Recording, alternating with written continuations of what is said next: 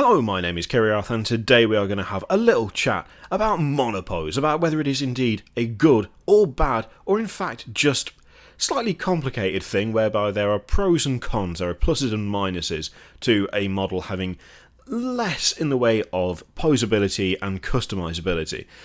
I apologise, by the way, before we get started for any background noise. I've had to open the window because even though this is the coolest room in the house, and it is, my office is great for remaining cool during the summer, it's still really goddamn hot everywhere, and so even this little haven is not exempt from annoyingly damp heat, is the only way to put it. It's like muggy. It's not nice.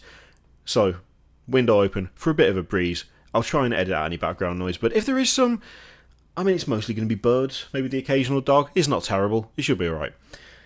Okay, so I had a realisation yesterday, pretty much, which was that I made a whole video talking about the fact that the systems of battle are most likely going to be monopose. They are not going to be very customisable.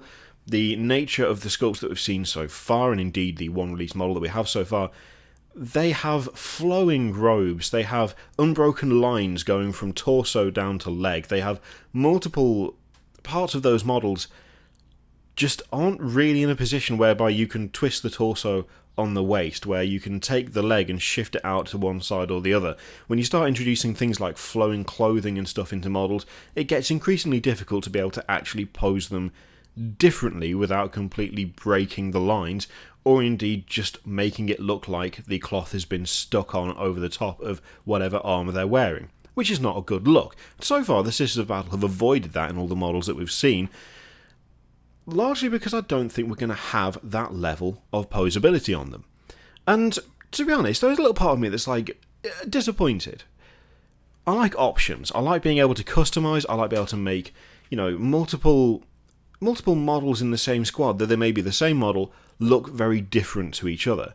And the more you restrict the ability to pose and to customise, the less possible that becomes.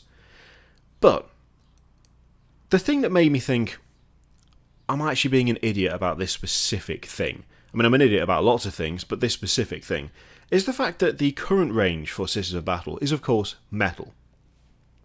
And metal is most definitely not easily customisable. It is not easily reposed. In fact, if I remember correctly, because I did have a significant number of Systems of Battle way back in the day, I still regret selling them, but what are you going to do?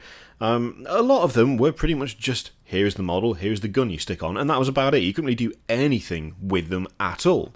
So, in terms of the new plastic sisters being mostly monopose, it's really just replacing like for like. You're essentially getting far nicer detail, an updated look, you're getting an easier assembly, easier to paint, and essentially less cleanup is what you're going to end up with. In terms of actually being able to pose or customise, you're pretty much exactly where you were to begin with. In the case of the Systems of Battle, you're not actually downgrading from being able to, make your army look completely different model to model, because that was never an option to begin with. When it comes to things like Tactical Marines and Chaos Space Marines, it could be argued that in the process of updating those kits, you lose some of what made them so customisable. I realise technically Tactical Marines haven't been upgraded per se. We do have the Intercessors now. I'm trying to remember what the tactical box before the current one looked like. But Chaos Space Marines to the new Chaos Space Marines is a fairly good example, whereby with the older kit you could do more to repose, you could do more to customise. With the newer ones, not quite as much as possible. But there's a trade-off. There is a reason for that, and that is the fact that the new Chaos Space Marines have got much more detail and much more in the way of iconography in distinguishing marks than the old Chaos Space Marines had. And that's the trade-off. That's essentially what this is about. It's a case of, do we think the lack of options, the lack of customizability, is worth it when the trade-off is more detail? When the trade-off is actually having something that looks more like what you would expect in the first place? Chaos Space Marines, I think, are a great example of this. In fact, I think they're probably one of the best examples of this. The old Chaos Space Marine squad didn't look bad, but it also didn't look great. It was very easy to customize, it was very easy to mess with, but when you compare it to a lot of the newer stuff from Games Workshop, it definitely was not aging very well at all. Part of that, of course, is down to the fact that we have the Death Guard range to compare it to, and indeed the Thousand Suns, I'd argue, as well. Although the Death Guard they're more detailed, not necessarily in a way that I 100% like. I think a lot of them are too busy, but you've sacrificed something there. You've sacrificed the ability to customize them as much. But as a result of that, you just have more detail overall. And there is something to be said for a model that you maybe can't mess with quite as much, that has things like actually properly defined robes, that have chains hanging from shoulder down to leg, that have all these interconnecting lines that work perfectly on a model that only comes in one piece, or comes with, like, you attach the front and the back as opposed to being able to twist or turn the torso.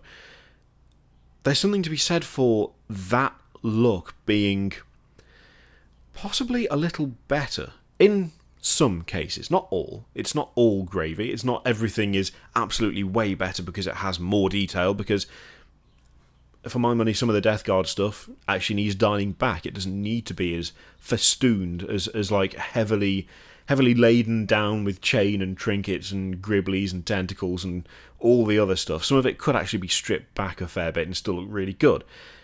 But in the specific case of Sisters of Battle, the lack of being able to twist and turn them however you like, I think actually isn't that much of a sacrifice after all.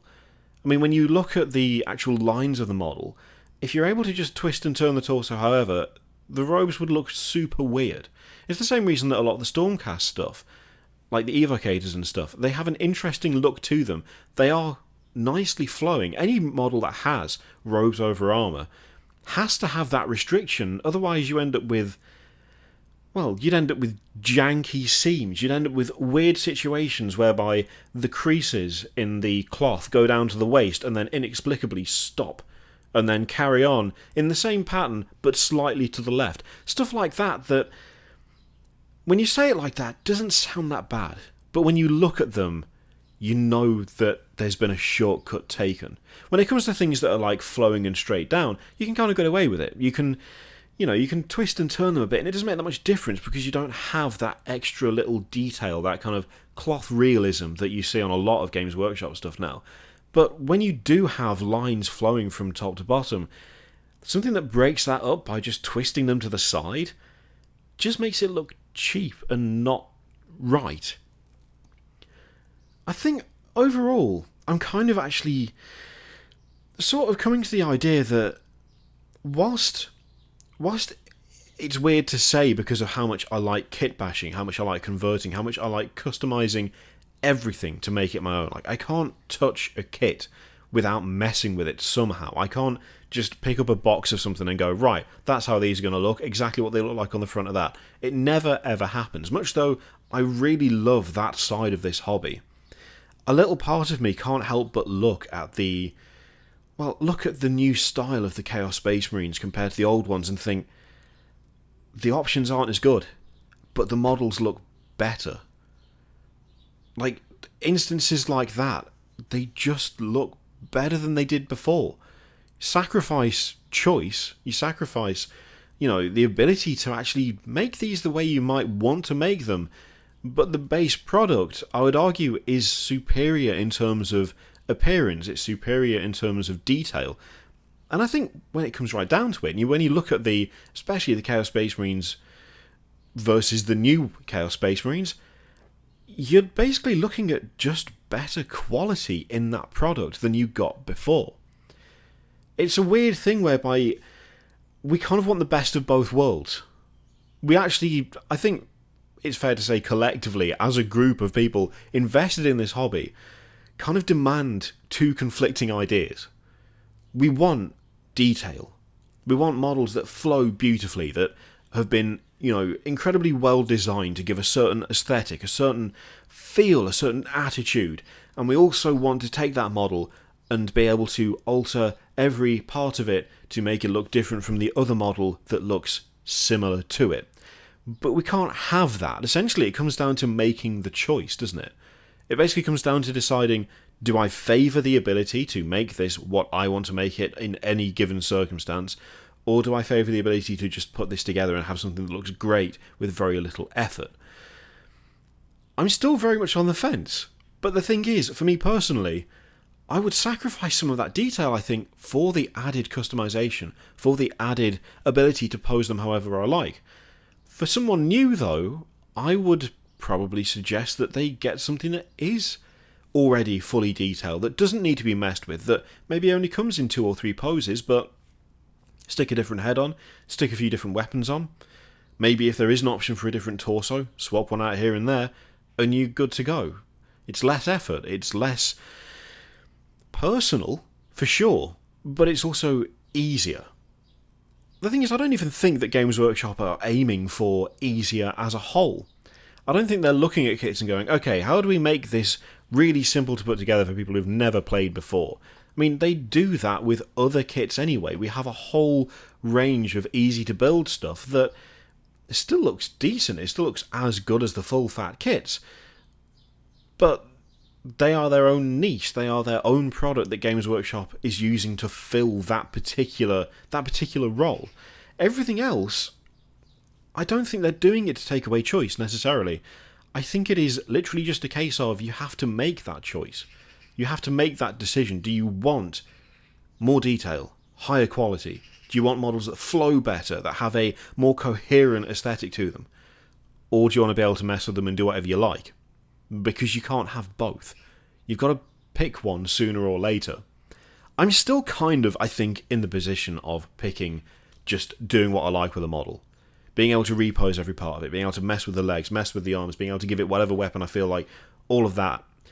But I can easily see the attraction in just picking up a box and going, okay, that took half an hour and they all look grand and I didn't have to do anything.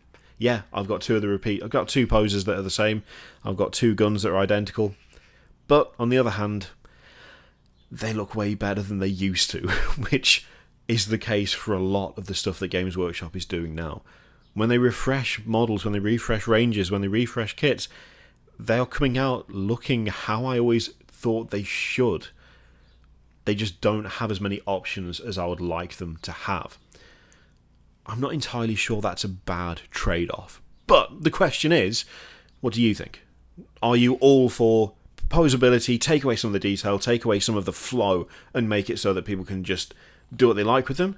Or are you more on the side of, well, if we have to sacrifice some of that for that added detail, then go for it?